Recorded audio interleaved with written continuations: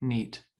Okay, so I'll go through some concepts. You might have heard of some of these before, but I'll just treat you all like you've never heard of any of these concepts. So basically, web development, how does it work? The most important part of web development, in my opinion, is the very beginning, when you're planning and designing what your website will be. It's essential, and I highly recommend that if you use a tool like Wix Editor X, before you use the tool at all, you will need to go through a planning and design phase. The planning phase, you'll want to write up a list of your requirements.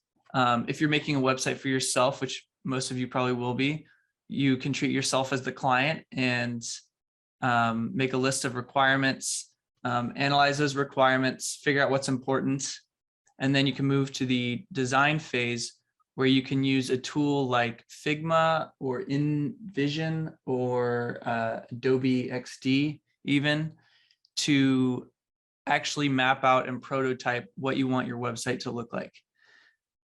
Some of that is a bit redundant these days because of how powerful web app editors are, but I'll get to that in a bit.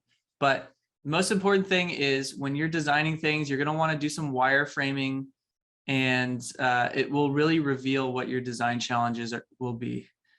And then the rest is development.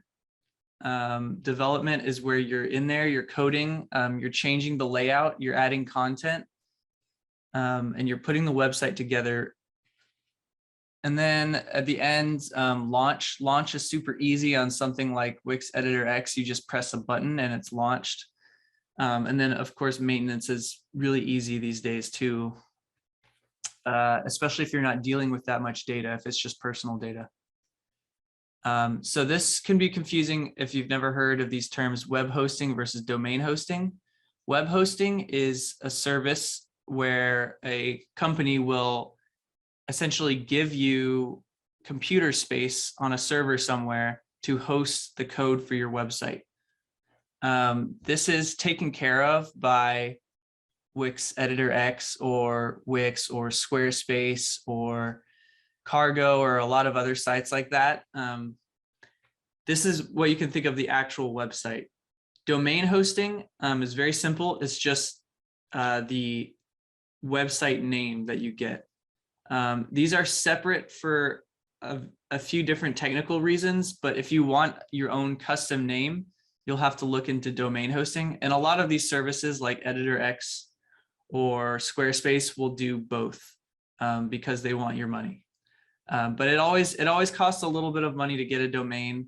I would never spend more than $10 getting a domain, and even that's pretty high. I've usually only spent like $1 or $2 getting a domain name. Especially these days, you don't need something that ends with .com for it to really matter. Okay, so when we're talking about Editor X, Wix, Squarespace, these are tools that we call Wysiwyg, or what you see is what you get. And these are particularly useful for people who don't need to know that much coding or don't actually know that much code about coding. They don't need to, they just need to make a site rapidly. And this is a very good way to do it.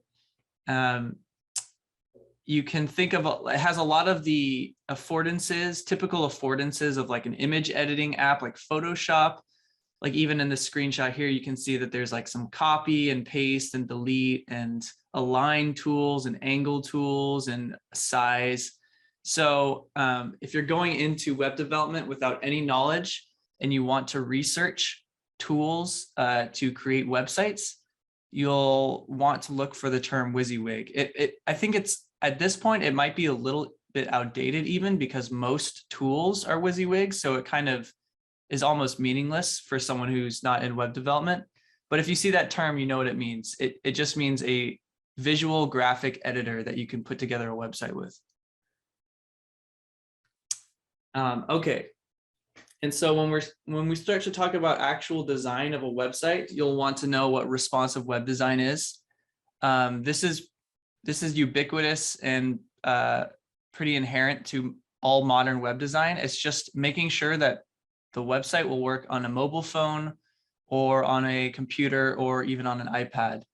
A lot of this is automated in tools like Editor X, which is really nice. But it's necessary for things like, for example, this menu bar at the top of this computer screen.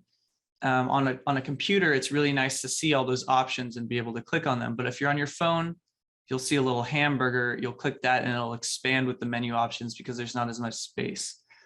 A lot of this is very standardized at this point, but you'll just want to know what responsive web design is when we start getting into this. And breakpoints is a term used in responsive web design.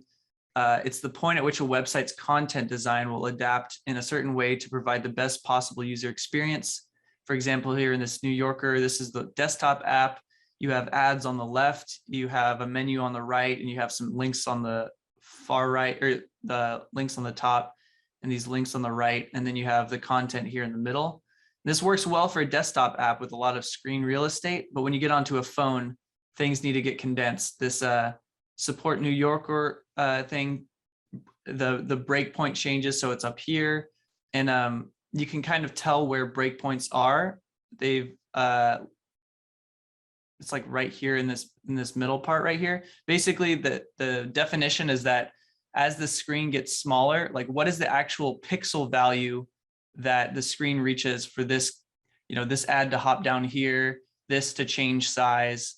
And again, a lot of this is automated, especially with these modern tools, but you'll see this word in, if you see this word, it has to do with responsive design and where actually with the pixel value of a screen do things move around. And then I mentioned this earlier, in part of the design phase for creating a website, you'll want to do some wireframing, whether that's wireframing on paper or on a tool like Figma. Figma is a tool I recommend because it's free and very comprehensive. You will want to do this because you will run into design issues that you didn't know that you had. You'll have to think about, especially if you're thinking about mobile versus desktop, how do you want like these three boxes to appear when you're on mobile? Here they've chosen to add these little arrows so you can use a slider to press to move things. Or how do you want, these three features? Do you want them to get condensed, or do you want them to like do the same thing up here where there's like a slider? So wireframing is a really good way to expose your design challenges when you're moving into the actual development phase of your website. And it's also a good way just to get all the information that's in your brain onto a piece of paper. Okay, so with those terms in mind, I'll start kind of describing, I started using Wix Editor X a few days ago in preparation for this. And it's a pretty powerful tool. It's not the only tool out there that does the similar thing, but it's one of the newer ones, and it's built on top of Wix. So they've been working on it for quite some time. And it's the way they describe it is that it allows users to create HTML websites and mobile sites through drag and drop tools, which are Wysiwyg editors. Has responsive website creation design, which is what I mentioned earlier. It's for designers and agencies, and it lists these as its key features. Grid layouting, which is basically when you go to a website, it's very ubiquitous, and it's kind of intuitive. Things are laid out in a grid, and when things get like a media is on a phone versus a desktop, the grid shifts, the objects on the grid shift accordingly. Docking is what they call like sticking to a side. So here, this helmet picture, is probably docked to the left side of this outer box, because when you resize things, you know that you want this to stay on the left side. And if you want to dock it to the right side, it'll stick onto the right side. Stack and scale media, text scale. So if you're if you have a phone, a lot of this is specifically for responsive design, which is important because a lot of people browse websites on their phones these days. So when you're creating a website, it's pretty important to think of both phone and website. And even depending on what kind of website you're making, you might even prioritize your phone layout. And then there's other stuff like a layouting system, custom breakpoints, and some other things we'll get into. But it's a powerful tool. And what I thought I would do is I would kind of create one from the ground up. I have my Wix Editor X account. It took a few seconds to create. And I'll just create a new site and show you what it looks like as I'm going through this. So the platform I want to use, I'll use Editor X. And it's going to ask me what kind of website. I'll choose portfolio. That might be pertinent to some of you. And I'll choose it. And one nice thing about Editor X is there's a lot of pre-made layouts. So let's choose a pre-made one so we can kind of see how it works. I'll choose this one. And it'll create that. It might take a second, but the first thing you'll see is like a menu bar up here. And there's a button for adding elements, layers, site masters, pages, typography, and like app in Content Manager. And I'll get into each one of these. There's also, you can see over here, a quick way to change between desktop, iPad, or like a tablet and phone layouts. So it just built this, and you can see the layout here at the top.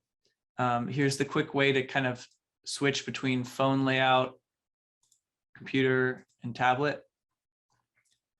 And what's special about this is that an app like this that existed completely in your browser couldn't have existed this powerfully probably 7 years ago or so. I don't actually know, but this kind of technology is pretty new and powerful, especially for creating, like they advertise themselves as being able to create full websites for shops or drop shipping or businesses. So it's pretty cool. So we'll stick to the desktop for now. You can see hovering over things, it kind of tells you what your mouse is hovering over. You can kind of already start to tell some things are nested within each other. But we'll start checking out what each of these tools do first. So there's an add button, and most of these are self-explanatory. It seems like there's a lot, but it's actually less than you think. There's titles, paragraphs, buttons, images, places for media like videos, and then some other kind of special tools like gallery. You can think of this as a carousel. Containers are used for organizing content. Like you can kind of see this is all in one container because there's text, a button, but it's all in this container. And container is a very typical word you'll see for organizing content for websites. There's an assets tab where you can add your videos, images, and other kind of media. There's composition. So these are more templates. So earlier I did say you'll want to sketch and design before ever like opening an app like this. But what is, I think, a typical workflow is that if you design something like what's sketched here, I would recommend just trying to find the closest one that matches and just kind of fudging things around until it matches your design. Another way to do it is to start from scratch. It really depends on how your brain works. Sometimes I like to try to find something that's close enough. Sometimes I like to start from scratch, especially if you don't want to get overwhelmed by, like, if you're starting from this for the first time, it might be overwhelming to have all these things on the screen. So try both and see what works for you. There's layout tools like boxes and grids and layout, like these little preset layout things. These might be more useful to you if you want to start more from scratch, but you still want a little bit of help with like arranging things. And what's nice about these is these are all built for responsive design as well. So you can be reasonably sure that when you drop this one in, for example, let's see if it loads. This is in a layout component. Or a layouter component, if you switch this to mobile, you'll get this green part on top and then the sphere media on the bottom. So it rearranged it from side to side to top to bottom. So all of those pre-made things are built for responsive design. There's a few other things in here you can explore. Light boxes are what they call like pop-ups. You probably don't want to use those too often unless you have a shop. Buttons, you know, for clicking things. And then there's text. And a good question I got yesterday is about changing fonts. So I'll go into that really quick. Basically, it seems like the way that Wix Editor X handles things is that there's site typography styles and you have a library of styles. So currently applied, you have things like headings, paragraph fonts. I guess it only has 5 levels of heading, or 6 levels, and paragraph. And these are kind of callbacks to really old school web development design with HTML that would use heading tags and paragraph tags. But here it's just a nice way to organize how many, like what fonts you have or what size. Typically it's good to do this so that things don't look messy. For example, like on the screen right here, there's, well, actually, let's get to something busier. Okay, well, actually, throughout this whole website, all the titles are about the same. They're the same size. They're using the same header font. All these paragraphs are the same size. And, you know, the font on the buttons are the same size. And it's a good idea design-wise to do that because you don't want things to start to look messy. Things look a lot more organized when you use consistent size text. And so Wix Editor X makes that built in and easy to do. So really quick, I'll show you there's libraries that you can create where you can add colors and typography. And then there's probably a better way to do this. I'm not exactly sure, but you can upload fonts from here.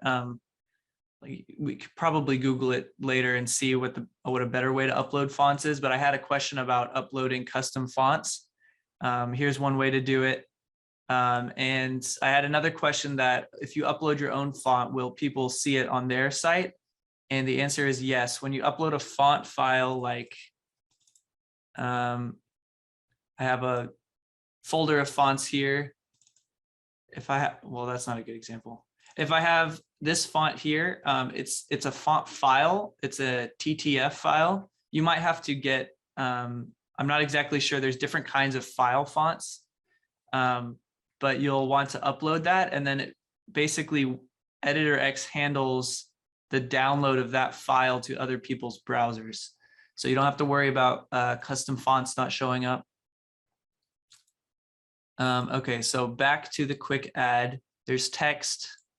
There's menus, like these are very typical menu designs. There's tabs, buttons, and these probably automatically scrunch into hamburgers, or we might have to tell it to do something if we go to responsive mode. Yeah, there you go. It scrunches everything into a more, and you click that and it probably expands into things like this one does up here.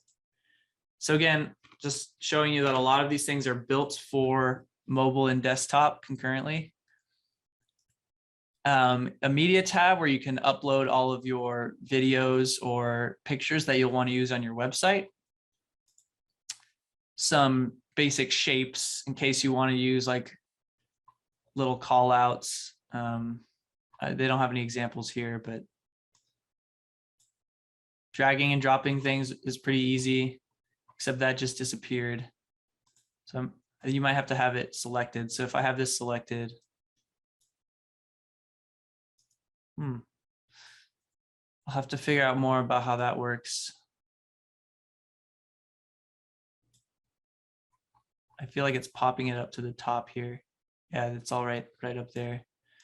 But after it's there, you can basically drag and drop it anywhere. I don't know exactly what will happen when you, I wonder if it's because I'm in here. Okay. As you can tell, I don't exactly know all the ways to use this tool yet, but it's pretty simple, and I'll get into how to learn things you don't know in a bit, which it's impossible to know everything. And then this might be pertinent if you want someone to be able to email you at the end of your website. There's some pre-made things here. Like here's a contact form. Here's a subscription form.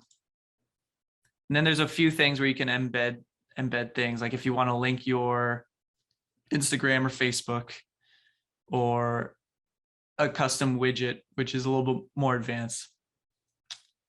And then there's some pre-made things here, like you want to add a blog to your site, you want to add a store, you need a booking tool. So these are kind of more like pre-made apps that you can load in. So that's the add tool. It's where you'll be adding most of your media. And so when you're adding things, actually, I think this got rearranged. Yeah, when you're adding things, you'll need to know about element hierarchy and parenting. And this works pretty intuitively, like a lot of maybe Photoshop or image editing apps work. You can think of these as layers or groups. There's a tab for it here. And this is a quick way to see how things are organized. So you can see at the base, there's the page. This is the full page. Within there, there's a chat, a little chat icon. And the reason that this is like stickied here, they've pinned it, but also because it is something that's fixed to the bottom right corner of the website. You can see, no matter how much I scroll, that's pretty typical of those little chat icons, or like, how can I help you? You can investigate this container. You can see it when I click that, it highlighted this container or this header section. And then within the section, there's a layouter component. There's items within that. So you can think of these as groups. You know, when you move this thing around, it's going to move everything around inside of it. I tend to think that this is pretty intuitive. And this is actually how HTML works as well. If you've never used HTML, HTML's main purpose is to organize all the content inside and put it into groups or parent and children relationships. So if you want to actually see, so we've selected this item, we want to actually see what this item does or is. There is a inspector button in the top right. It's easy to miss, which is why I pointed out. And this will give you a lot of different options to change size. So this is like the layout tab up here. Like if we if we click this little, so this is, I guess they call this a mosaic, a group of these 4 elements. And within it, there's an item. There's sizing options. Overflow just means like, do you want the text to wrap around or do you want it to go over the element? There's position. Padding is basically empty space inside. Okay, so even within this item, there's a stack item, and the stack element has a text and a text. So it seems like if you want to really click into things, you have to click each thing to kind of drill down. And this is useful because you don't want to act like, if you want to select this whole thing, you don't want to have to like try to find the corner where you select things. So if this item down here is buried, 5 elements or more than that, this many elements deep, you'll have to click on it that many times to get to it. So you can see in the inspector here, I have this text paragraph selected. There's tools for alignment. Like if I align it to the right, you can see that the whole box aligned to the right. That's not the same as justification. Or you can like align it to the center. There's fixed versus fluid. So most things are probably going to be default fluid because everything's made for responsive design. And then it kind of gives you like, oh, always keep this box 90% of its parent container. So this text box you can see is going to be 90% of the stack element that it is a parent of. And that one, as you can see, is 90% of its parent.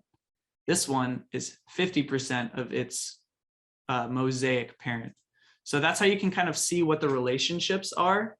Everything is bottom up. So within this element, you can't actually see, and it doesn't actually know what the element inside of it is doing. Everything is going to be from the lowest element saying what it does in relative to its parent. So keep that in mind. It can be pretty confusing at first, but the general rule is to keep everything like in a bottom-up organization scheme. So if you want this to be 90% of its parent, you'll actually select the text to be 90% of its parent. Also, please leave questions in here if you have any. I can get to them as I go. And then so there's other tools in here like position, like this is docking, what I mentioned earlier, like it's docked to the right. This might be redundant when it comes to sizing, but you can see it kind of gives you like a little arrow when or a little line when you dock things. But I'm just going to leave it off. And so margins, I mentioned earlier, padding is like white space. Margins is also white space, but margins and paddings are different in that padding is white space within the the box boundaries of this element, and margins are the white space outside of it.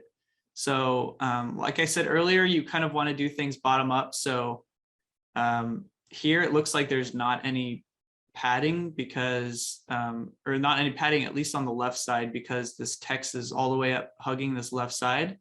But it looks like it does have 8-pixel margins. I don't know if you can see, but you can kind of see 8-pixel margins between those two blue lines there. And that's how you'll want to do a lot of your spacing. There's some other tabs for some other adjustments. Like these are just extra things on top, like opacity is how see-through it is. There's rotation, scale, some skew and translate. And these I would not touch until you have everything exactly where you want it, because these are just kind of to nudge things over for like a final little amount. And I wouldn't do that unless you absolutely have to, because you want to, you kind of want to take this from the top down. You want to make sure the sizing is exactly how you want it, then position, then all these adjustments. And then there's a tool for anchoring things. So there's also these, so I don't know exactly what interactions does, but sometimes these change depending on the context. Like right here, it's like design. So you have a background, opacity, and border. You can see the border there. The border is on the inside of the stack. Corners, like do you want a rounded edge? And then box shadow or a drop shadow, pretty standard things for a lot of image editing things, to make give some things dimension.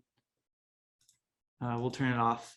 So, and then there's interactions, like things like mouse interactions. So if you want to hover over this, what does it do? Let's try grow. I haven't actually tried these before. So that's interesting. When I hover over it, it'll do this little grow thing.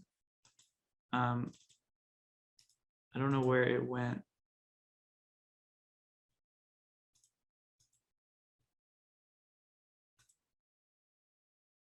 I don't know why it disappears. It looks like it's still there. But those are things like if you want to hover over text and have it grow, you know, for emphasis, that's where you'll do that. This interaction icon, you can look for that. Okay, I'm going to keep moving on and not get too stuck in here. Basically, this inspector tool is how you actually change all of this in here. And then, of course, if you have actual text content, you just double click into it. You have things like typical text editing tools, highlighting, font size, bold, italic. Here's where you find justification, line spacing, character spacing, all that stuff. So we'll hop out of there, and so you have a pretty good idea of how everything is organized and how to edit things. So there's a few more things I should go over. What Wix Editor X calls masters, you might hear as headers or footers, or even this chat app. So masters are just things that you show on multiple pages that don't change. And you make a change to one and it'll change it on every single page. So this menu up here is a master because they want this to show on every single page. And if they change something, they don't want to have to update it for every single page. It just automatically goes to every page. Down here, there's a master that's this chat box. So that's what they call masters, just things that you want to be universal throughout your site. Okay, and so this one is important. This is where you can see the different pages you have. And like most websites are more than one page these days. So this is how you can organize all your different pages, and it adds light boxes here too, because light boxes are like these little pop-ups. So yeah, a lot of these templates come with pages that are very typical for whatever their template are. Like this plans and pricing thing has been done hundreds of times. There's no reason for you to have to do it again from scratch, especially if you're just going to end up changing, you know, just a few things. Changing the image, like here, is really easy. There's a button for it. You can upload things or find stock footage. I showed you the text tool. Okay, and then the very last thing here in this bar, there's an app market. I've tried to look through a few of these. I haven't found anything particularly useful to maybe y'all, but you know, there's things like a booking tool that you can add, but these are little like pre-made tools that you can add to your websites. Forum, bookings. So if you are looking for something specific that you guess that has already been made before, try checking this app thing. You know, very, very typical kind of thing, like file sharing. And then content manager. So content managers, I didn't make a slide for this, but content managers on websites are basically a way for you to keep track of all of it can be images, it can be copy, it can be, you can think of them as spreadsheets, you know, or databases for things that appear on your website. For example, if you're making a store site, you'll need a content manager to manage all the items, all their prices. So I wonder if I click add to site, what happens here? Can't turn on dev mode. It's going to be an issue. So yeah, so a lot of the more complicated tools that Wix Editor X has to offer, you have to turn on something called dev mode first. I'm not really sure why, but it's up here at the top. There's a dev mode button. And I don't know why it wasn't letting me turn it on. I need to turn it on for this. I'll try a different site. I had. This is just a different template that I clicked on earlier. Here, I'll just short stop here really quick. This is kind of like a dashboard of your website. So this isn't actually the editor, but this is where you can see things like how to make your site live. And I can do that really quick. This publish site button. I press it, it does some thinking. And while it does that, I'll go back here.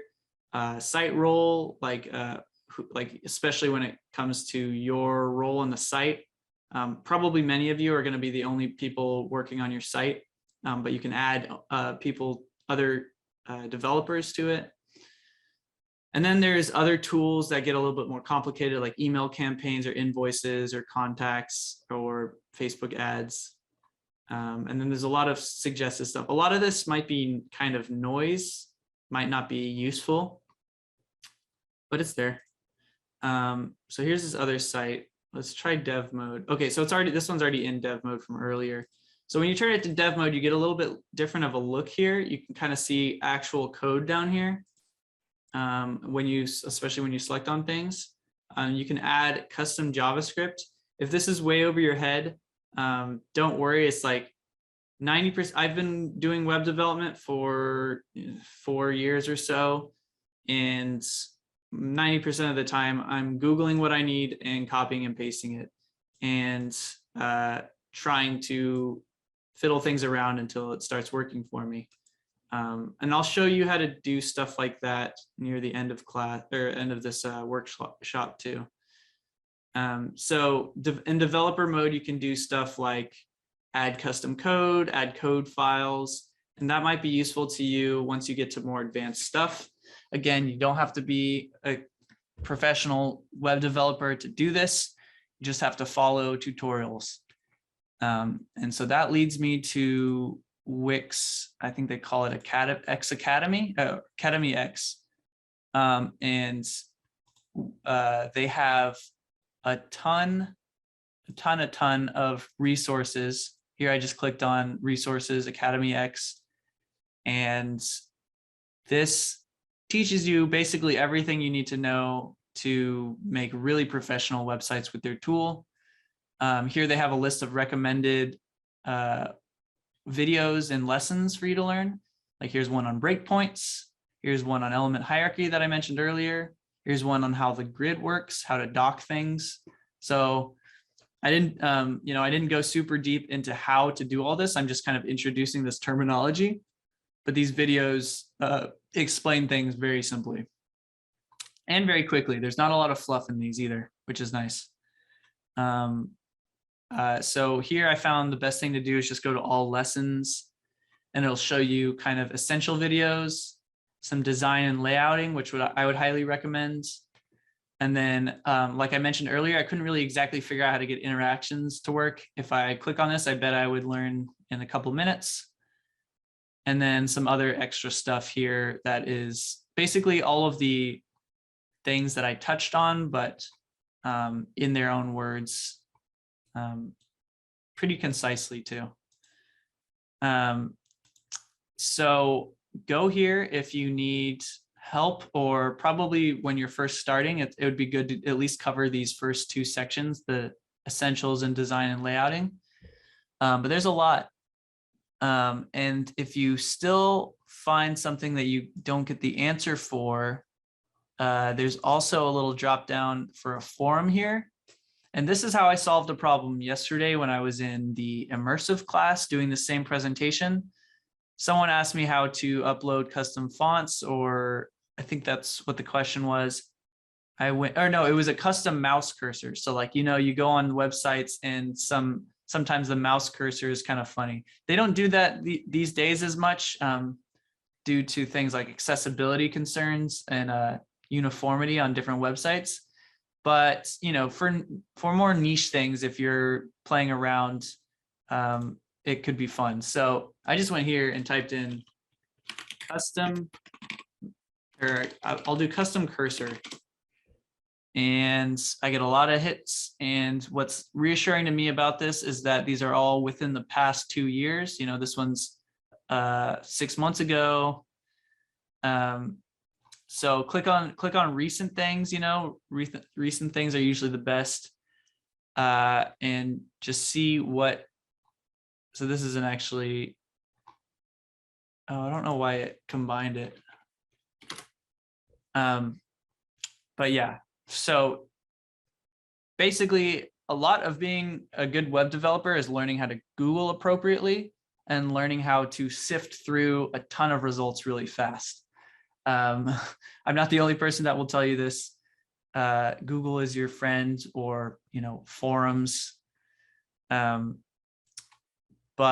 at the very least, even if you find something that you think looks promising and you still can't figure out exactly how to do things, you can always message me on Discord or email, and I'll try to help you out and give you, like, you know, some of the knowledge I've picked up. A lot of this, sometimes you just have to pick it up on the way. So that's how you can pick up a lot of knowledge on how to use Editor X. And once again, Editor X isn't the only tool out there. There's one that I particularly think is kind of interesting called Cargo. It's another site builder that you just use in web app, on a web app. It's kind of trendier. It's a lot of people use it for like portfolio sites as well. There's a lot of these pre-built modern kind of these flat templates here. Some of these are in like work in context here, Cargo in use. So there's a lot of these tools out there. There's also a lot of people use Squarespace. I've never used Squarespace, so I can't speak on it. Some people say it's a little bit more complicated. But there's a lot of tools out here, but a lot of people this semester in the immersive series are going to try Editor X, so we can all kind of collaborate and evaluate it together. You know, it's most of the aspects of it are free, even launching a site, which is what I was trying to do earlier. So if I hit publish, then test site 1. So here's where I talked about domain versus just web hosting.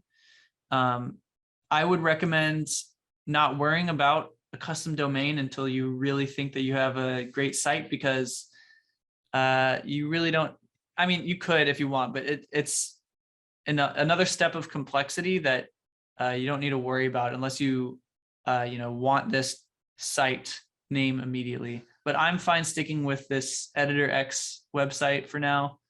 So if I hit publish, it'll probably take a little bit. It actually took not that much time at all. So I can view it here. And to show y'all, I'll just pop it in the chat so you can click on that and see if you can view it as well. So it's pretty fast to launch one of these things. This one got a little messed up because I was like, you know, dragging and dropping things, but it's pretty fast to put out a prototype like this and iterate on it. So now that we went over a bit of Editor X, I can answer your questions if you drop them in the chat. But I also want to go over some kind of typical web design tips, like on the design side of things. One of the important things that you should keep in mind is that you don't want to clutter your screen real estate. It's fine to have a lot of empty space. You have to think about what the end user actually is needing to do. You don't want to overwhelm them.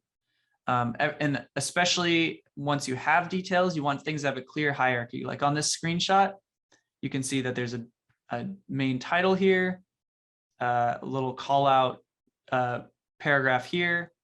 Very typical, have a logo or home page here, and then a menu over here, and then some flavor imaging here. This is an example of probably bad web design, but I said this last class, there is something intriguing about this to me. But if you're making a portfolio site, you probably want to stay a lot simpler so people can digest what you're looking at. Or, you know, if you have, I know some people in the immersive class are doing a interactive, they might be trying to do an interactive narrative or some storytelling. it really depends on what you want to do, but sometimes it's nice to keep things very straightforward unless you really know that you want something to specifically be overwhelming. Here's something that's straightforward. That, you know, there's a title. This is a very typical splash page. You have a title. You have an hero image is what we call this. Some text, a big call to action button right here. This looks very inviting to click. I bet if you roll over this, there's a little animation too. And then there's a menu up here and a logo at the top. So another tip is to keep an inspiration folder. Like I said earlier, you can look through the templates that Wix Editor X has available. But just in a general design sense, it's nice to keep a inspiration folder, whether that's on Pinterest or Notion, or you have a folder on your desktop. It'll help you look at web design a little bit more critically as you're looking at different websites and kind of evaluate. That's part of being in this program as well. Being in the immersive program is evaluating user experiences. So this can also help you just train your eye to be a little bit better of a critical designer. Like I said earlier, design is all about problem solving. You'll run into problems that you would have never predicted while creating your website, even to the last minute, but that's completely normal and to be expected. The whole process of creating a website is basically the practice of creating a very nice user experience for your audience. You want your audience to be able to click through and see exactly what they need to see while clicking through it. And that takes a lot of problem solving. It can be frustrating at times, but it's all part of the process and it happens on every single project. So you kind of have to learn to embrace it. This one is not always applicable, but you have to consider the edge cases when doing anything for user experience. What if they do something for or what if the user has unpredictable behavior, like clicks the back button when you don't think they will? What if they leave a form half filled? Or what if they stop watching a video and click something else? So you have to think about all the options if you want something to be airtight at the end of your experience. This just adds a layer of polish and helps so that things don't get broken and your users don't get confused.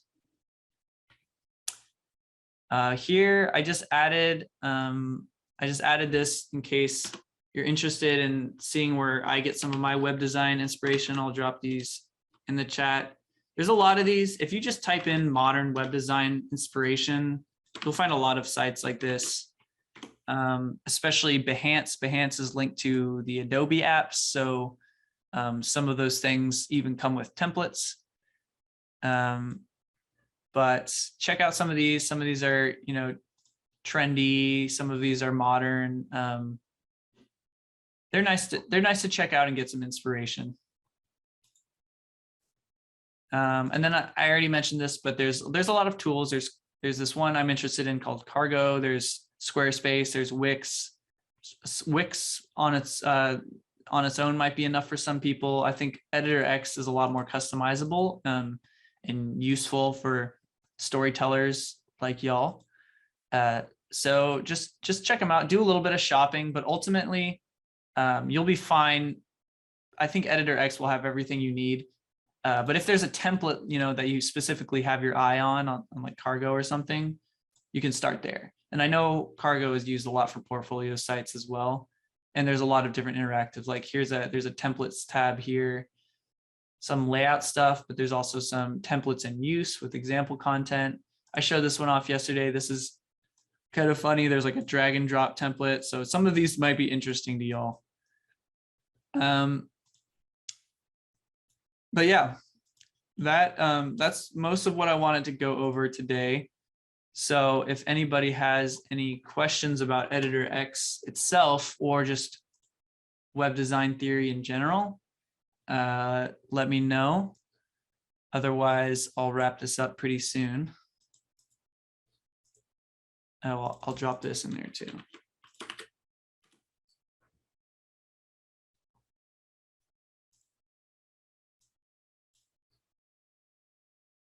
I recorded this workshop today, so it will be posted on the Texas Immersive YouTube channel if you want to go back and review something.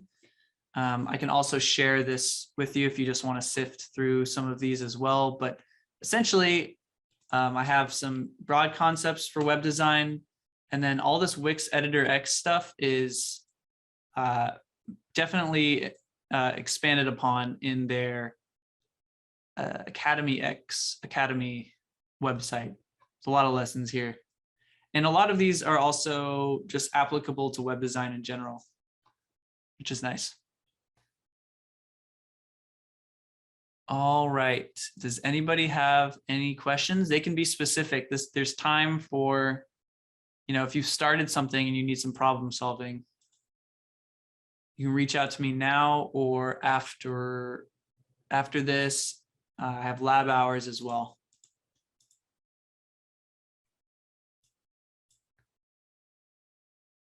All right, neat. Well, thank you all for watching. I hope you gained something. If you've never done any web development before, you kind of just have to jump into it. And the good news is a lot of these tools are specifically built for people who don't have any working knowledge of web development code. So it's built for people like you. You just have to hop in and start messing around with things. You could also, in parallel, when you're working on planning your website, you should also hop into Editor X and kind of see how tools are going to work and see if there's any layouts that you want to use, so you can kind of design in parallel with the tools that you know that you have. And with that, I'll stop this recording.